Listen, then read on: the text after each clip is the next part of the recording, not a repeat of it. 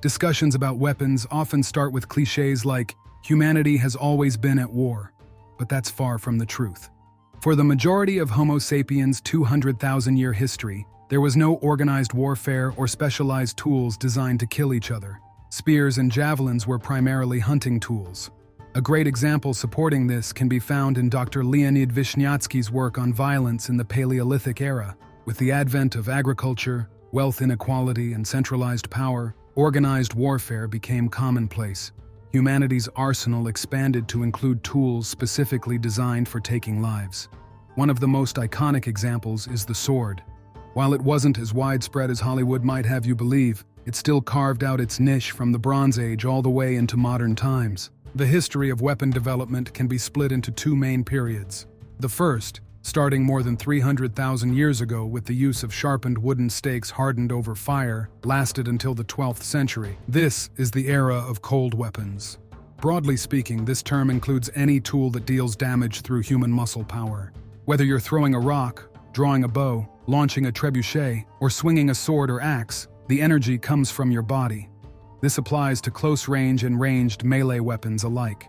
Some argue, based on a narrower legal definition, that a weapon must be purpose-built to cause harm. For instance, a homemade flail would count as a weapon, but an axe, hammer, or machete might be considered tools. Regardless of how broadly or narrowly we define it, melee weapons had a clear limitation. Their destructive power was capped by human strength. Whether it was an English longbow, a sword, or a spear, their energy rarely exceeded 100 joules. Exceptions to this were powerful crossbows and siege engines. But starting in the 12th century in China and the Middle East, and by the 14th century in Europe, firearms began to appear. Unlike melee weapons, firearms drew their power not from muscle, but from the combustion of a mix of sulfur, potassium nitrate, and charcoal, better known as gunpowder. Gunpowder burns rapidly thanks to the oxygen-rich potassium nitrate, producing vast amounts of gas and heat almost instantly. This is why the difference between cold weapons and firearms is like the difference between a bicycle and a motorcycle.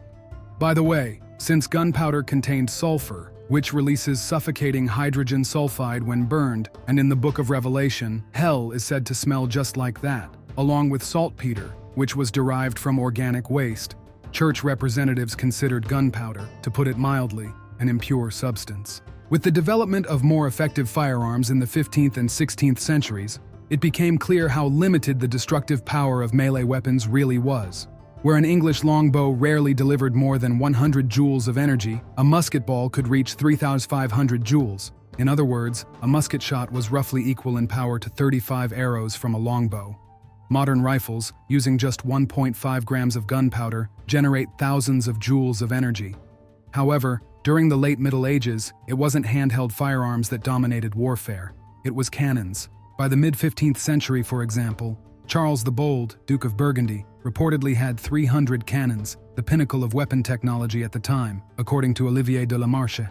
The 15th and 16th centuries are often called the Age of Full-Plate Armor, but they're also known as the Age of Great Cannons. Some of these massive guns weighed tens of tons and fired projectiles weighing hundreds of kilograms.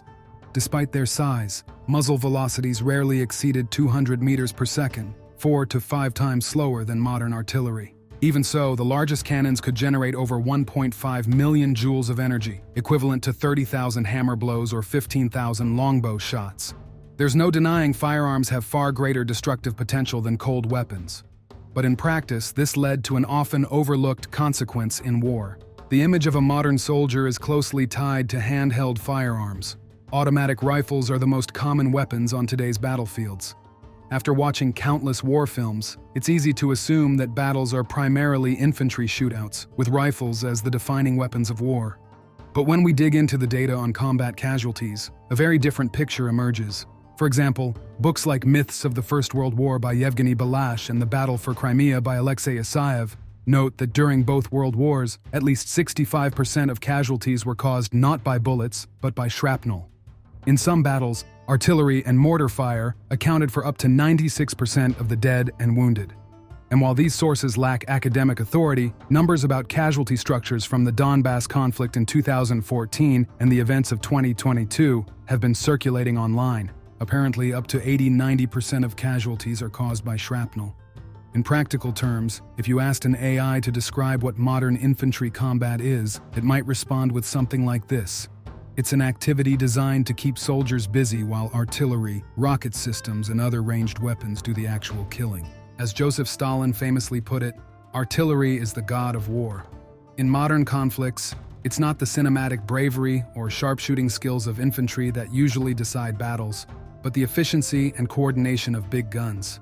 Bullet wounds dominate casualty statistics only when at least one side in the conflict is a poorly equipped insurgent force without access to heavy weaponry. This leads to another rarely discussed point. After combing through countless forums, both local and international, I've come to a potentially controversial conclusion. Most armies don't train their infantry to shoot particularly well. From numerous comments, I gathered that many soldiers fire fewer than 1,000 rounds during their service, and some report figures as low as a few hundred. For comparison, U.S. Marines, a cut above standard infantry, use around 3,000 rounds in training. In Israel's elite units, the figure might rise to 4,000. Impressive? Sure. But professional marksmen argue that even 10,000 deliberate shots or 60 focused training sessions with an instructor only get you to a basic level of proficiency. The military's approach to training may well be driven by economics. On top of that, I'd venture to say that no one has particularly high expectations for infantry firefights in the first place. Take these often cited stats from Alexei Ardashov's Sniper's War. In World War I, 7,000 bullets were needed to kill a single enemy soldier. In World War II, it took 25,000 rounds. By the Korean War in the early 1950s, that number rose to 50,000, and in Vietnam, a staggering 200,000. 200,000 rounds? That's over 2.5 metric tons of ammunition. Even at a more optimistic figure, say 10,000 bullets per kill, the ammo itself outweighs an obese man. Over 99% of bullets fired from modern automatic weapons miss their mark entirely.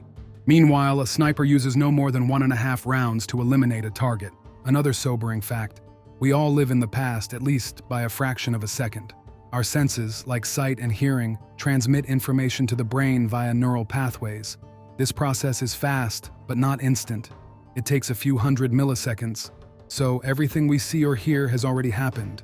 This creates a couple of problems. First, when a soldier fires at a moving target, they're aiming at a past image, not the target's actual position, which has already shifted slightly.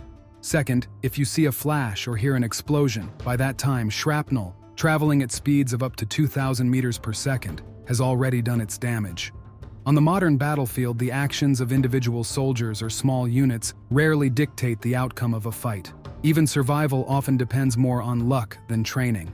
This doesn't mean swords or other melee weapons were superior, but their era placed a much greater emphasis on human skill and participation in combat. Outcomes were determined directly by the fighters, not by artillery, drones, or aircraft operating dozens of kilometers from the front line. Human skill and training played a larger role in both effectiveness and survival. And incidents of friendly fire were far less common since all combat occurred within direct line of sight. The role of the sword and other melee weapons in medieval battles was far more significant than that of modern automatic weapons, if only because they didn't face competition from heavy military machinery or aircraft. Some might argue a sword couldn't even pierce plate armor. But modern body armor of the 5th or 6th protection class can also stop bullets. And don't forget, full plate armor came into use after cannons were already a thing and were likely designed to protect primarily against arrows. Examining skeletal remains from battles like Visby, Towton, Uppsala, and others, it's clear that even before plate armor, the torso, often shielded, was not the primary target. Fighters aimed for limbs or inflicted finishing blows on the wounded. When cavalry met infantry, the head became the primary target. Even in infantry skirmishes, strikes to the head were common. A sword, in skilled hands, was a precise and agile tool for targeting vulnerable areas, often limbs. As blades lengthened over time, they were also used to exploit gaps in armor.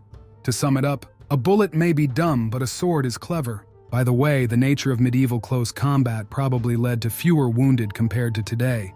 Back then, anyone who wasn't worth a decent ransom was simply finished off. These days, for every soldier killed, there are about 3 wounded, and injuries can occur even without direct contact. Sure, an automatic rifle is deadlier than a sword, axe, or bow, but its overall importance on the battlefield is far lower than that of those medieval weapons in their time. Of course, if you compare firearms and cold weapons one-on-one, the latter doesn't stand much of a chance. That said, we can bring up the 21-foot rule from the US, which says that an attacker can cover about 6.5 meters, the distance it takes for someone to draw and ready a firearm in roughly the same amount of time. Though to be fair, this mainly applies to pistols. And let's not forget, the more complex the weapon, the greater the chance of malfunction. A sword doesn't jam, misfire, or fail to eject a casing, although it can still break. That said, trying to claim medieval melee weapons are more effective than modern firearms is, of course, silly. Still, I'll say it again. Back in their day, cold weapons played a far greater role on the battlefield than automatic firearms do in ours.